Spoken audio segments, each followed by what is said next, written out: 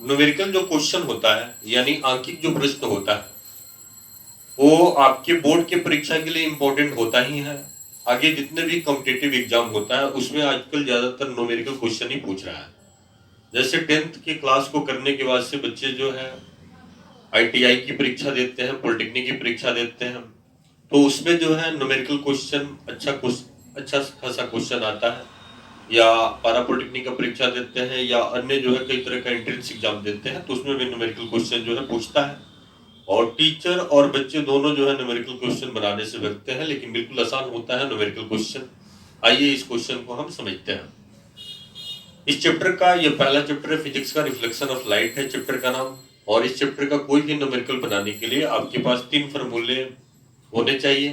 पहला फॉर्मूला है R बराबर 2F, दूसरा फॉर्मूला है 1/F equal to 1/U plus 1/V, और तीसरा फॉर्मूला मैग्निफिकेशन फॉर्मूला है M इक्वल टू V/U या M इक्वल टू H'/H।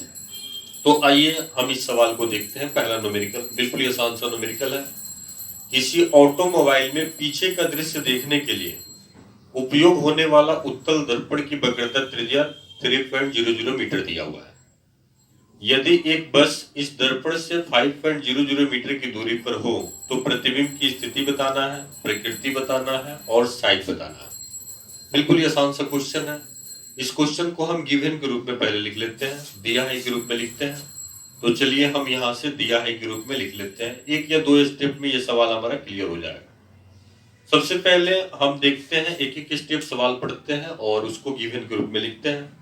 सवाल कर रहा है ऑटोमोबाइल में पीछे का दृश्य देखने के लिए उपयोग होने वाला उत्तल दर्पण की वक्रता त्रिज्या, यानी इस सवाल में जो है उत्तल दर्पण की वक्रता त्रिज्या दिया हुआ है। अब देखे होंगे गाड़ी के साइड मिरर में जो है उत्तल दर्पण का ही उपयोग किया जाता है, और यहाँ स्पष्ट भी कर दिया है कि उत्तल दर्पण की वक्रता त्रिज्या दिया हुआ है। तो हम यहाँ लिख लेते हैं गिवन में उत्तल दर्पण की वक्रता त्रिज्या। ये क्वेश्चन जो है यदि आपके बोर्ड की परीक्षा में दिया हुआ है तो गिवन आप लिख सकते हैं, उस पर जो है टीचर इंप्रेस होगा और आपको अच्छा नंबर देगा। लेकिन कॉम्पिटिटिव एग्जाम या एंट्रेंस एग्जाम में केवल आंसर से मतलब होता है, तो आपको जो है जल्दी आंसर सॉल्व करना होता है, तो उसमें स्टेप से मतलब नहीं होता है, डायरेक्ट आपको आंसर से मतलब होता है। तो हम यहाँ गिवन में लिखते हैं उत्तल दर्पण में, तो हम पहले लिख लेते हैं उत्तल दर्पण में क्या दिया हुआ है। तो उत्तल दर्पण में वक्रता त्रिज्या दिया हुआ है। तो आपको पता है वक्रता त्रिज्या जो होता है उस वक्रता त्रिज्या को हम R से सूचित करते हैं। तो यहाँ वक्रता त्रिज्या को हम R से सूचित करते हैं, कैपिटल R का प्रयोग करेंगे। स्मॉल r का मतलब वहां वृत्त की त्रिज्या हो जाएगा। तो वक्रता त्रिज्या 3.00 मीटर दिया है, यानी 3 मीटर दिया हुआ है। डेसिमल के बाद से जीरो का कोई वैल्यू नहीं होता है। अब आइए फिर कह रहा है कि यदि एक बस इस दर्पण से 5 मीटर की दूरी पर है, यानी उस दर्पण में जो है पीछे एक बस आ रही है, उस बस का प्रतिबिंब बन रहा है, तो बस की जो दूरी है दर्पण से वो 5 मीटर की दूरी है। इसका मतलब जो है वस्तु दूरी दिया हुआ है, तो हम यहाँ लिखेंगे वस्तु दूरी। तो वस्तु दूरी जो है उसको आप U से सूचित करते हैं, आपको बताया गया है। तो यहाँ U का मान हम लिख लेंगे 5.00 मीटर, मतलब 5 मीटर। तो आपसे पूछ रहा है प्रतिबिंब की स्थिति क्या होगा, यानी प्रतिबिंब दूरी आपसे पूछा जा रहा है। तो हम यहाँ लिखते हैं प्रतिबिंब दूरी। तो प्रतिबिंब दूरी जो है आपको बताया गया है, प्रतिबिंब दूरी को V से सूचित करते हैं। तो हम यहाँ लिख देते हैं प्रतिबिंब दूरी V इक्वल टू वाट लिखते हैं, V का मान पहले निकालते हैं। चलिए पहले इसको सरल करते हैं। पहले V प्रतिबिंब की स्थिति निकालते हैं, प्रतिबिंब दूरी निकालते हैं। तो प्रतिबिंब दूरी निकालने के लिए जो फॉर्मूला है यही फॉर्मूला है। U का मान V का मान पता है, तो F की सहायता से हम जो है आप सबसे पहले R की सहायता से जो है F का मान निकालिएगा, और F का मान निकल जाएगा तो दूसरे फॉर्मूले में जो है U V और F का मान बैठा करके वहां से V का मान आपको निकाल देना होगा। बिल्कुल ही आसान सा क्वेश्चन। एक एक करके हम इस सवाल को आगे बढ़ाते हैं। बहुत ही अच्छा क्वेश्चन है, ये टेक्स्ट बुक का क्वेश्चन है, NCERT के बुक का क्वेश्चन है, अच्छा क्वेश्चन है। तो पहले हम जो है R बराबर 2F फॉर्मूला हम लिखते हैं। तो यही फॉर्मूला हम यहाँ हल लिखते हैं, और पहले फॉर्मूला लिखते हैं R इक्वल टू 2F। तो फॉर्मूला लिख लेते हैं, चूंकि R इक्वल टू होता है 2F, तो R इक्वल टू 2F लिखते हैं। यहाँ पर R का मान बैठाते हैं, वक्रता त्रिज्या दिया हुआ है।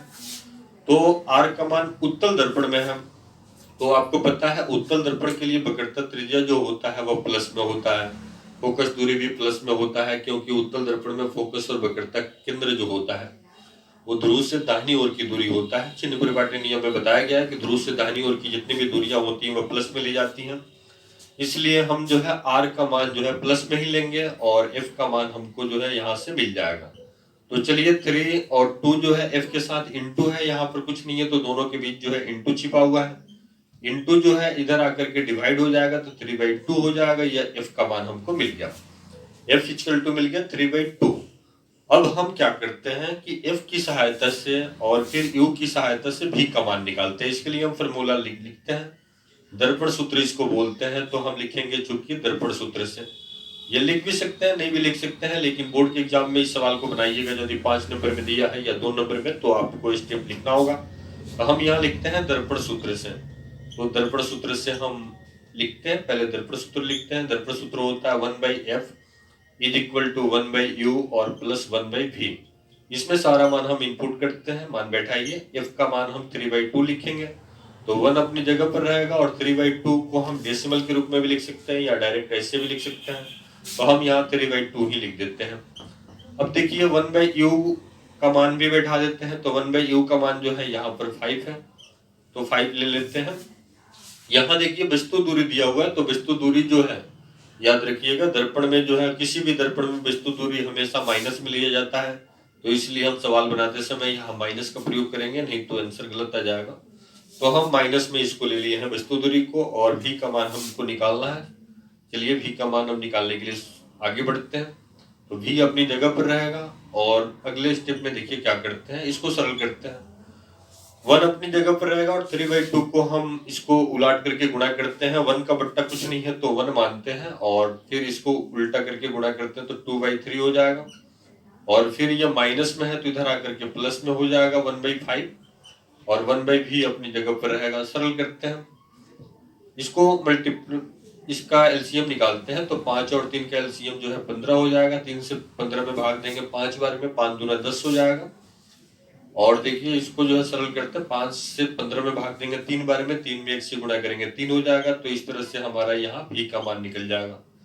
चलिए v का मान निकालने के लिए इसको उल्टा करेंगे तो ये भी उल्टा हो जाएगा। तो उल्टा कीजिए 15/13 हो जाएगा और फिर ये v/1 यानी v का मान मिल गया। तो इस तरह से v का मान आपको मिल गया 15/13। इसको डेसिमल में आप बदल सकते हैं, यही आपका आंसर हो जाएगा। तो प्रतिबिंब की स्थिति आपको यहाँ से पता चल गया। इतना इकाई यहाँ दिया हुआ है मीटर, तो इतना मीटर लिख लेंगे। अब प्रकृति लिखना है, प्रकृति वास्तविक बना के काल्पनिक बना। तो आप देख रहे हैं v का मान जो है प्लस में आया हुआ है, इसका मतलब प्रतिबिंब जो है काल्पनिक बन रहा है। ठीक है, और साइज पूछ रहा है तो साइज का मतलब जो है यहाँ मैग्निफिकेशन निकालेंगे। तो मैग्निफिकेशन का फॉर्मूला आपको पता है, m बराबर v/u होता है। तो यह m बराबर v/u जो होता है वह वास्तविक प्रतिबिंब के लिए होता है। काल्पनिक प्रतिबिंब के लिए m बराबर -v/u होता है तो -v/u लिख देंगे। यहाँ v का मान बैठाएंगे